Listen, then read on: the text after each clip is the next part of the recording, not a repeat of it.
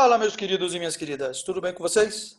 Na videoaula de hoje, a gente vai começar a falar sobre um assunto que interessa muito a vocês, que é sexo, quer dizer, geopolítica.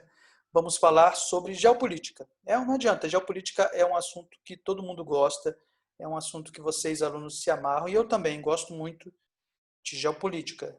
Sexo só depois do casamento. Geopolítica a gente pode falar antes do casamento também, tá liberado, tá permitido. Beleza? Mas antes da gente se aprofundar na questão das tretas, das invasões, das áreas estratégicas, a gente precisa ter uma aula introdutória. A gente precisa entender o que é a geopolítica e como que ela funciona atualmente. Beleza? Então vamos lá. Sobre a origem do termo geopolítica. Esse termo foi criado no início do século XX por um cientista político sueco chamado Rudolf Giuliani. E ele foi inspirado pela obra de um geógrafo, tá vendo, gente? Geógrafo. Geógrafo não adianta, é o ser mais inteligente que tem, não adianta.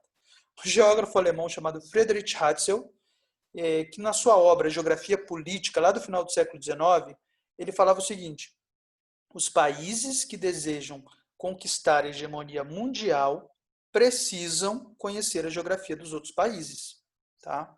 Nesta mesma linha, um outro geógrafo, dessa vez francês, chamado Yves Lacoste, falou o seguinte: a geografia serve, em primeiro lugar, para fazer a guerra. Tem até uma obra dele com este título. Então, a geografia serve, em primeiro lugar, para fazer a guerra. Isso tem a ver com a conquista da hegemonia. Tá? Vocês reconhecem esse país aí? O formato dele, sabe que país é esse? Que país é esse? Então, é o Vietnã. Pois bem, a guerra que os Estados Unidos perderam, né? Mesmo que eles não admitam, né? Os estadunidenses dizem que eles se retiraram da guerra. Se retiraram porque não conseguiam ganhar, né? Mas, enfim, boa parte desse insucesso dos Estados Unidos no Vietnã se deve ao fato de que eles desconheciam a geografia local. Tanto a geografia física vietnamita quanto a geografia humana, as relações sociais, tá? Mas em outra ocasião a gente fala especificamente sobre a Guerra do Vietnã. É só para ilustrar essa necessidade de conhecimento acerca da geografia dos outros países. E isso é geopolítica. Tranquilo? Bom, a geopolítica teve 3 fases, tá? E a gente vai falar sobre elas agora. A primeira fase, a geopolítica se resumia à conquista de territórios. Foi assim no Império Romano, foi assim na Primeira e na Segunda Guerra Mundial, tá? E eu coloquei ali o símbolozinho do jogo War. Já jogaram um joguinho de tabuleiro chamado War? Quem não jogou, por favor, jogue. Você tem que fazer isso antes de morrer, tá? Porque o War é muito importante. E quem já jogou entende muito bem o que eu estou falando, dessa primeira fase aí. O War se resume a conquistar territórios. Mesmo quando o seu objetivo é destruir o exército branco, azul, vermelho, para fazer isso você precisa conquistar o território deles. Né? Então, a geopolítica nessa época se resumia à conquista de territórios. A segunda fase da geopolítica é uma fase onde a conquista de influências era mais importante. Veja bem, a conquista de territórios, as invasões territoriais continuam acontecendo, mas a conquista de influências passa a ser mais importante. De que época nós estamos falando? Da Guerra Fria, né? Dessa disputa ideológica entre capitalismo, representado pelos Estados Unidos, e socialismo, representado pela União Soviética. Então a gente tem ali o desenho do lado, sobre a corrida armamentista, no caso, né? Onde o que era mais importante era a conquista de influências, você influenciar outros países para que eles se alinhem a você e ao seu sistema. Tá? Então, a gente tem diversos exemplos disso daí, inclusive a criação da OTAN, Pacto de Varsóvia, Plano Marshall, a CEI, né, Comunidade de Estados Independentes, enfim, a gente tem esses exemplos aí de como a conquista de influências era mais importante nessa época. E, por fim, a terceira fase, uma fase onde a conquista de mercados, recursos e áreas estratégicas é mais importante.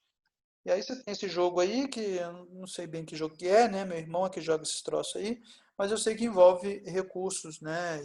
Aliados, áreas estratégicas e tal.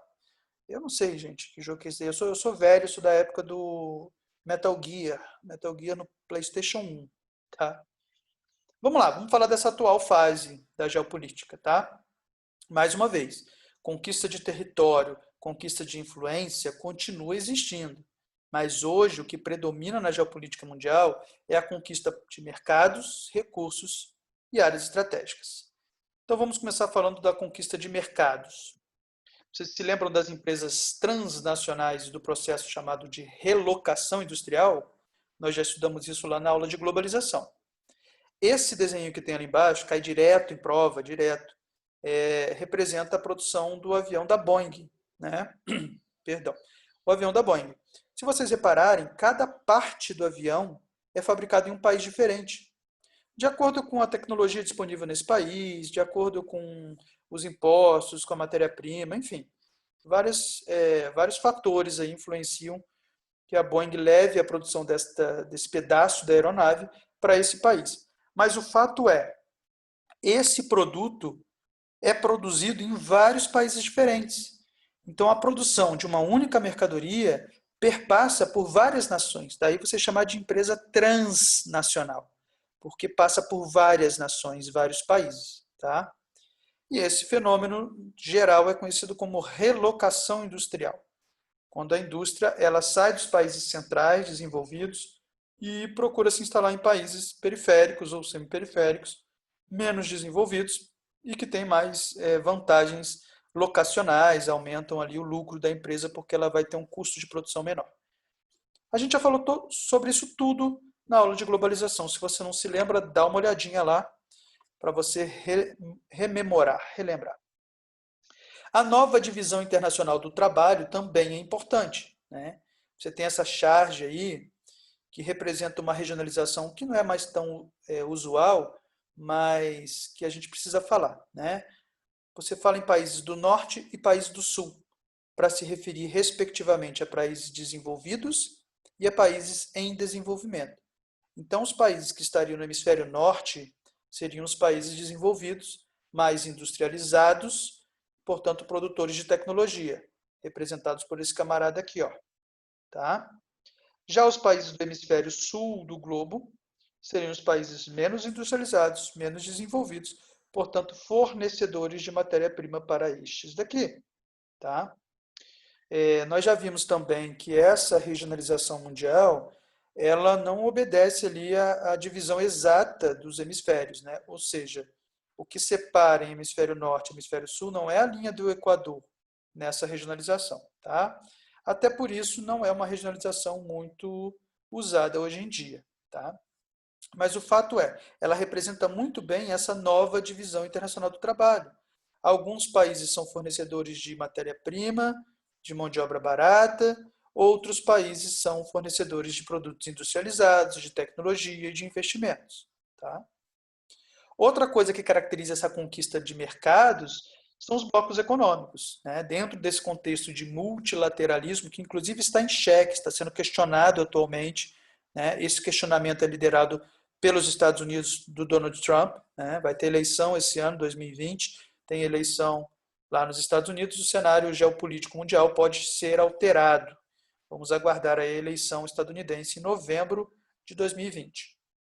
Mas os blocos econômicos, né, a formação, o fortalecimento dos blocos econômicos é uma coisa muito importante para a gente entender essa busca dos países por mercados consumidores. Qual o principal objetivo de um bloco econômico? A livre circulação de mercadorias, de capitais, de investimentos e de pessoas. Né? Aqui tem inclusive o símbolozinho do euro, que é a moeda única do bloco econômico chamado União Europeia.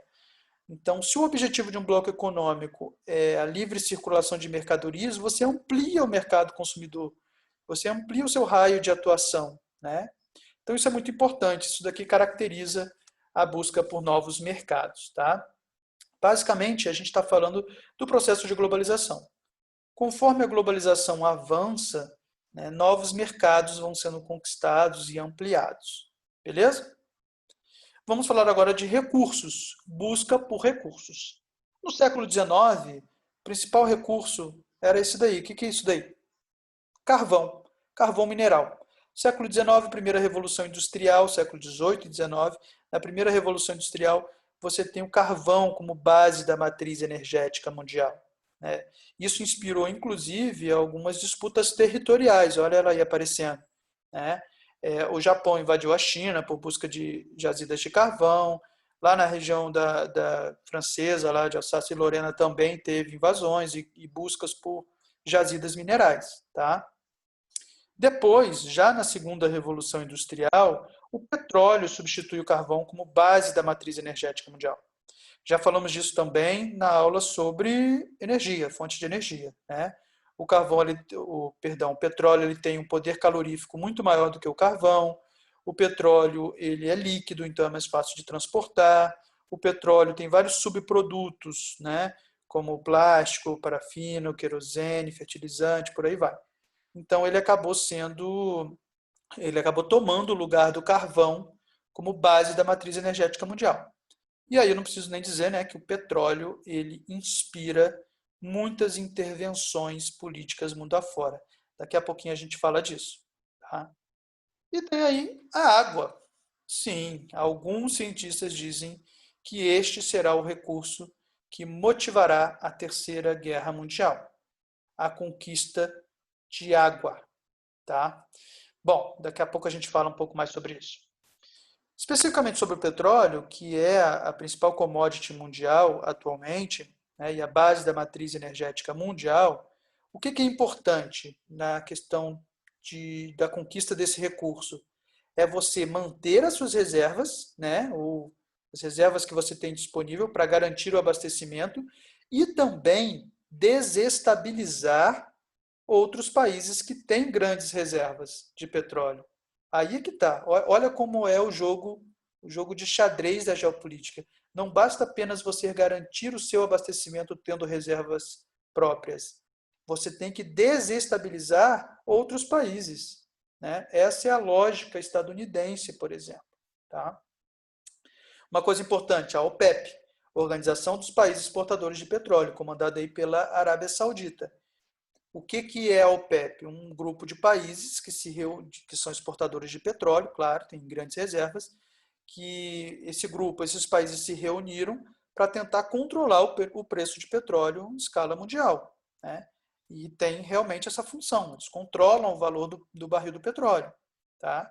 Então é muito importante dentro do contexto de conquista de recursos. Tá? E como eu falei, a questão de desestabilização, né, de outras potências, aí você tem as intervenções político-militares. Tem esse meme aqui que eu vi uma vez e eu achei muito interessante, e ele diz muito sobre a política estadunidense. Né?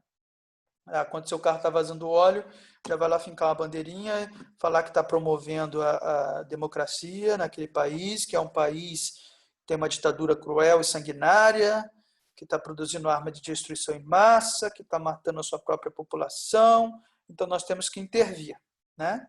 Isso é apenas o pano de fundo, porque na real eles querem o petróleo. Beleza? Vamos dar uma olhadinha aqui. Ó. Essas são as maiores reservas de petróleo do mundo.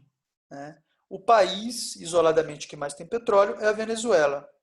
Não à toa, é um país que passa por uma crise política e econômica muito grande, que tem interferência dos Estados Unidos. Né?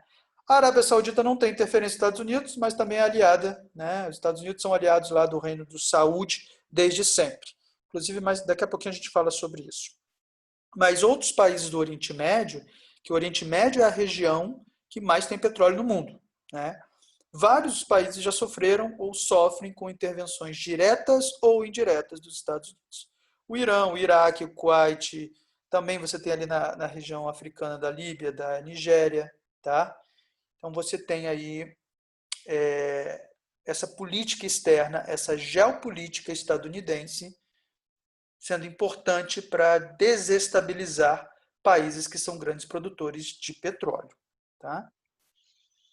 Outra coisa interessante sobre o petróleo, dá uma olhadinha aqui. Se o Oriente Médio é a região, tá aqui o Oriente Médio, né? É a região que mais produz petróleo no mundo.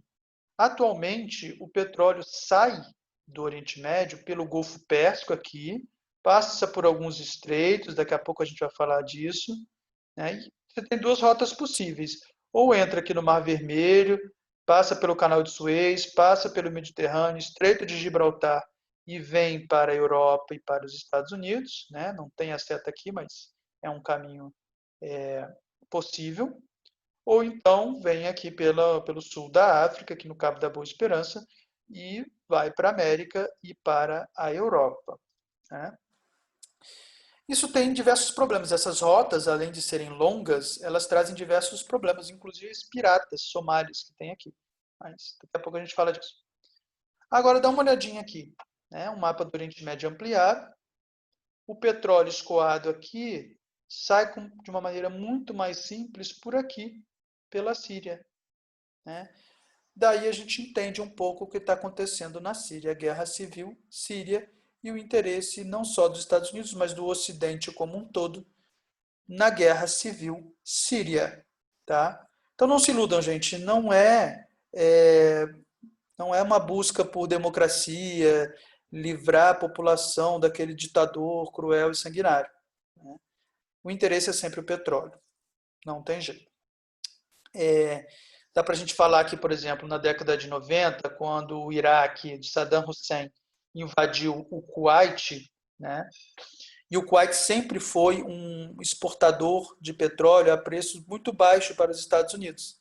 E aí, quando o Iraque invadiu o Kuwait, as alegações foram várias, né? O Saddam Hussein disse que hoje o Kuwait já era do Iraque no passado, que o Kuwait foi uma invenção britânica, o Iraque queria ter uma saída aqui para o Golfo Pérsico, enfim. Mas quando o Iraque invade o Kuwait, o que os Estados Unidos fazem? Vão defender o Kuwait, ou seja, meteu a colher numa briga que não era deles. Para isso, eles colocaram bases militares aqui, na Arábia Saudita. E por que eu estou falando isso? Por que isso é importante? Porque a partir deste momento, quando os Estados Unidos colocam bases militares na Arábia Saudita, isso irrita alguns grupos islâmicos sauditas que são muito radicais, né? Esses grupos consideraram uma invasão da Terra Sagrada pelos impuros, que seriam os Estados Unidos. E aí esse grupo sai, eles vão fundar e ampliar a Al-Qaeda que foi executar o atentado de 11 de setembro de 2001. Então veja você, foi uma ação dos Estados Unidos na década de 90 aqui na Arábia Saudita para interferir numa guerra entre Iraque e Kuwait que motivou o ataque de 11 de setembro, o maior ataque terrorista da história, né? Tem outros detalhes, né? O Osama Bin Laden, ele era um mujahedin, treinado, ou seja, um agente afegão treinado pela CIA para impedir a entrada da União Soviética na época da Guerra Fria. Então, tudo tem o dedo dos Estados Unidos no meio, né? O cara foi treinado pela CIA para defender o Afeganistão contra o socialismo fantasma do comunismo, e depois ele se associou com os wahhabistas sauditas, e isso acabou gerando o ataque de 11 de setembro. É doideira, é muito doideira a geopolítica. Mais para frente a gente fala disso. Como eu falei, essa aula é introdutória, a gente vai falar dessas tretas em outras aulas, tá? Sobre água, que eu falei que pode ser a motivação de uma próxima guerra mundial.